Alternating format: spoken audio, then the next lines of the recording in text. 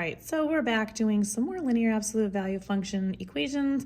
So we're looking at this. This is going to be for Algebra 1 or Algebra 2. So when we're looking at this, you are starting off with a basic function for linear absolute values of y equals the absolute value of x. All the numbers and the negative sign affect the graph certain ways. So I do have some informational pieces about what happens to each part with a linear absolute value graph so that you can kind of see what each number or which element does what to it. So at the end here, if you have a number, this doesn't have one, that is what moves you up and down on the y-axis. So that tells you your y-intercept section as far as that goes. So you would go there first and move from there. We always start at the origin.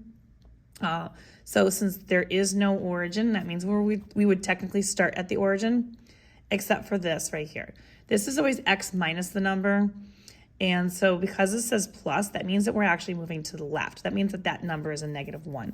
So we are staying on the origin here, but so we're not going up on the y, but we are going to move left 1. So we're going to move to the left 1 right here.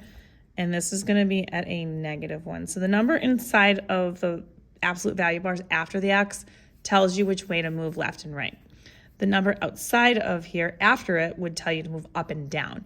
That would be your starting value.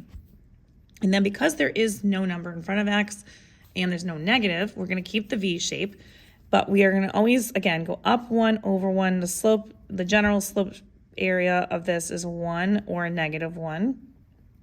So we just go up 1 over 1 to the right this way. And then we're also going to do the same thing on the left. So up 1 this way to the left, up 1 left, up 1 left, and keep going until we get to the end of our graph. And that's my graph. If you'd like more questions like this, you can find them on my YouTube channel, You Want Algebra. Check these out under the linear absolute value section.